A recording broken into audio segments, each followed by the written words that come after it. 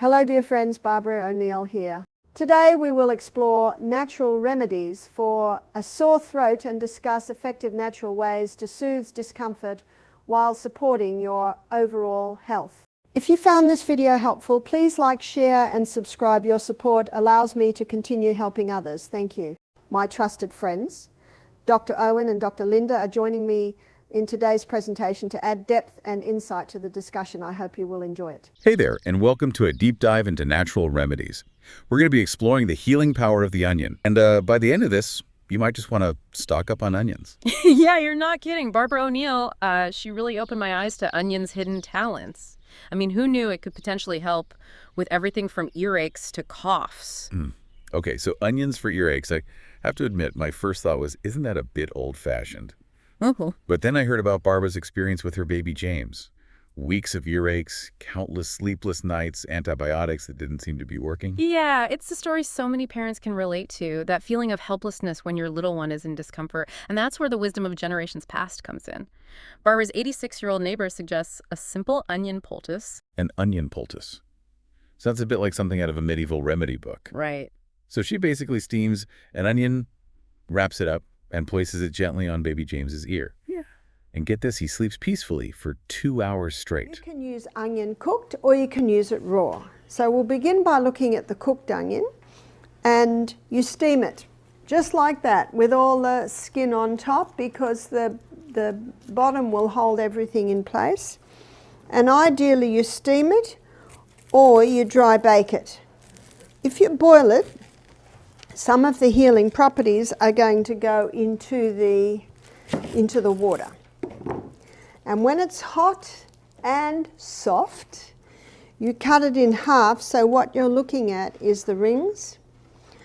And what you can do, which I have since learnt, that you can squeeze that and you can put some of that hot cooked onion juice into a spoon. It'll be boiling, but when it gets onto the cold spoon, it'll come to just the right temperature, and then that can be put into an ear that is sore or aching. And then with the hot cooked onion, you wrap it up a few times. You might use a cloth. These are sheets that started to get a bit thin. I think they make the nicest poultice material. You know, the sheets that the 15-year-old boy puts his foot to, perfect. Puts it through, they're the perfect ones. And then you get it just the right temperature and you can put that on the ear, and then you might cover it with a plastic square.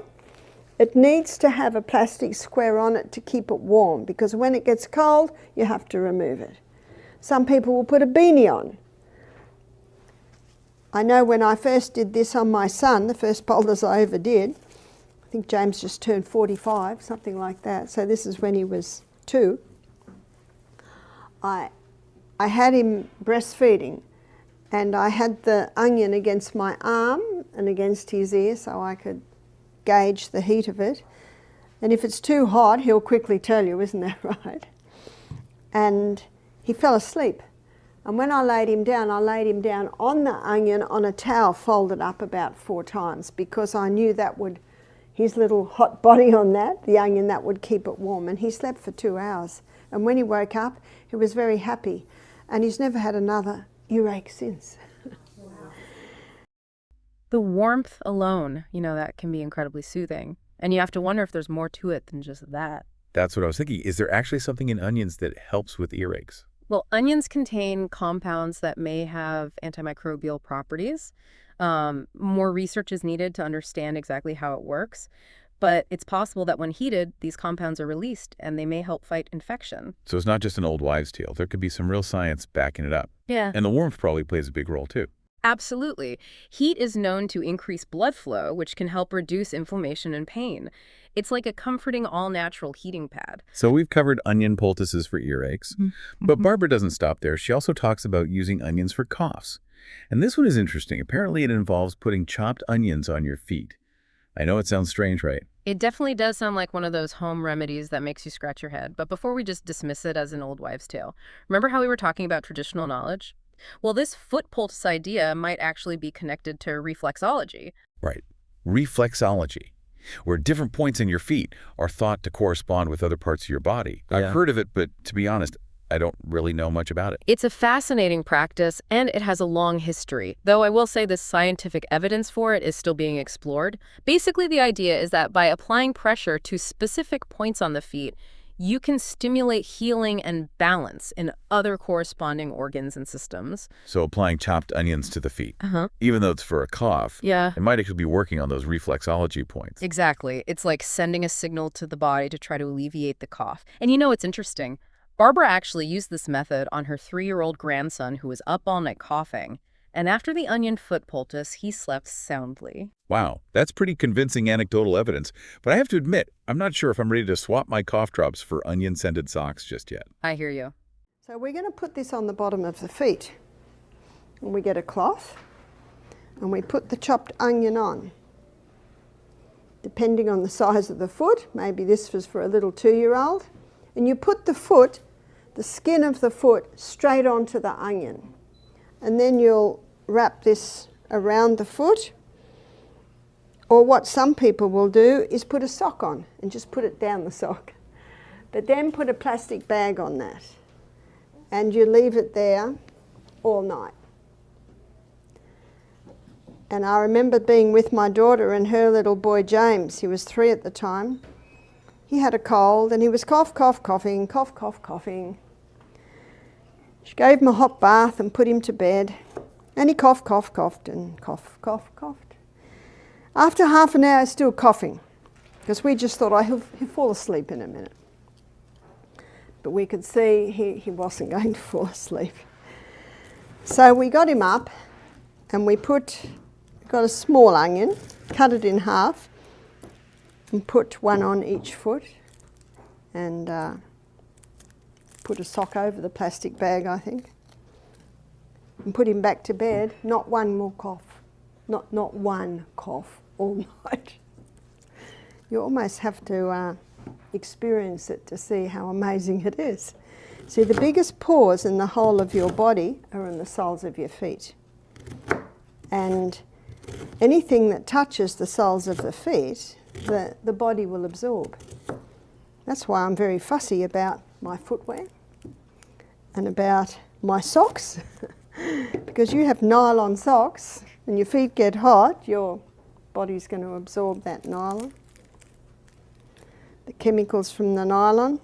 I'm also careful in the summertime what I put my feet on. I always have leather sandals. And this is also why barefoot walking is so good. You've probably heard about earthing, going barefoot on the grass. I'm probably a bit fussy about where I go barefoot on what grass. I'm not going to do that if there are dogs and putting their droppings there. There's a bit of common sense there. Luckily, there are other ways to harness the power of the onion. Barbara also talks about onion syrup as a cough remedy, and this one might be a bit more palatable. Onion syrup. Okay, now we're talking. What exactly is in this magical elixir? And does it involve me becoming best friends with my blender? It's actually incredibly simple. You basically chop up some onions, layer them with honey, and let that mixture sit for about 24 hours. And then you strain out the onion and voila, you've got your very own homemade cough syrup. Honey makes sense. It has antibacterial properties and it's naturally soothing. Plus it makes everything taste better.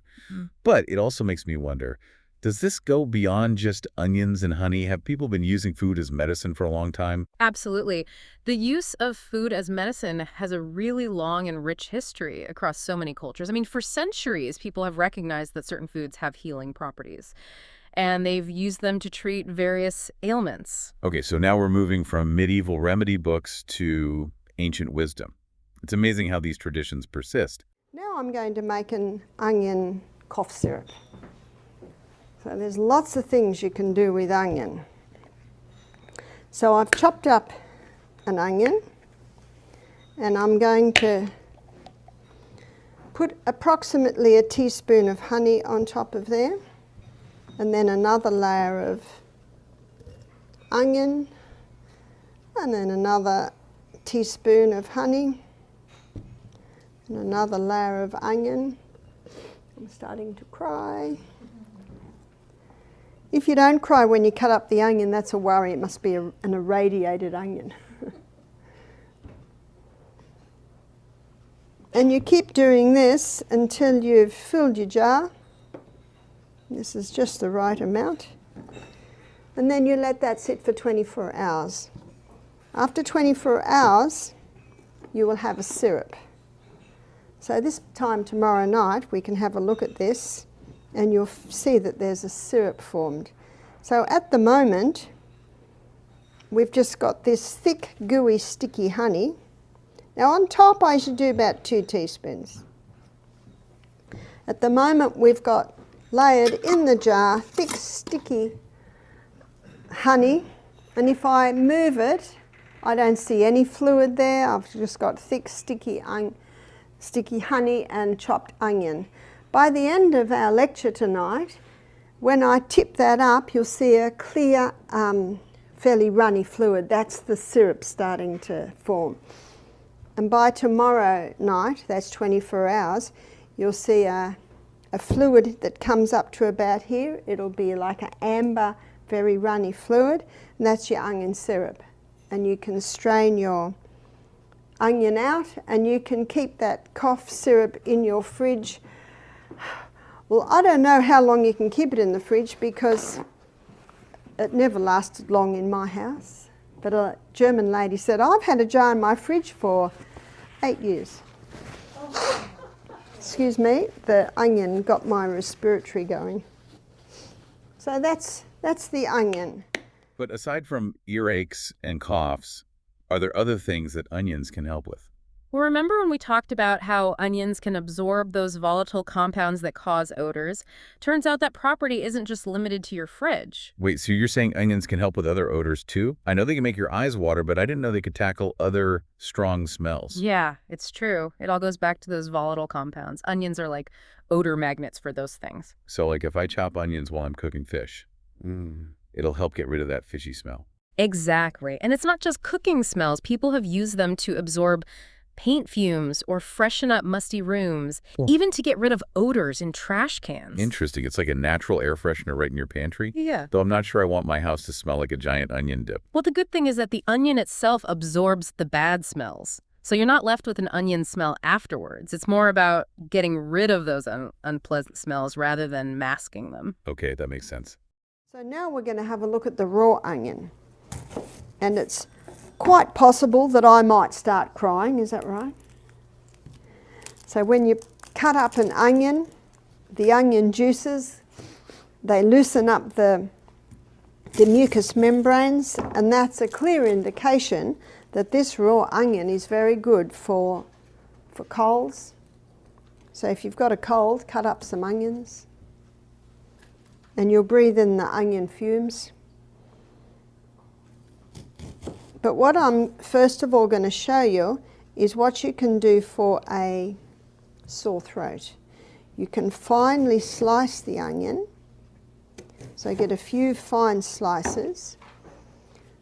So when the grandson or the teenager or the son puts his knee through the sheet, it's a good idea to fold them up into squares. This is a good size square.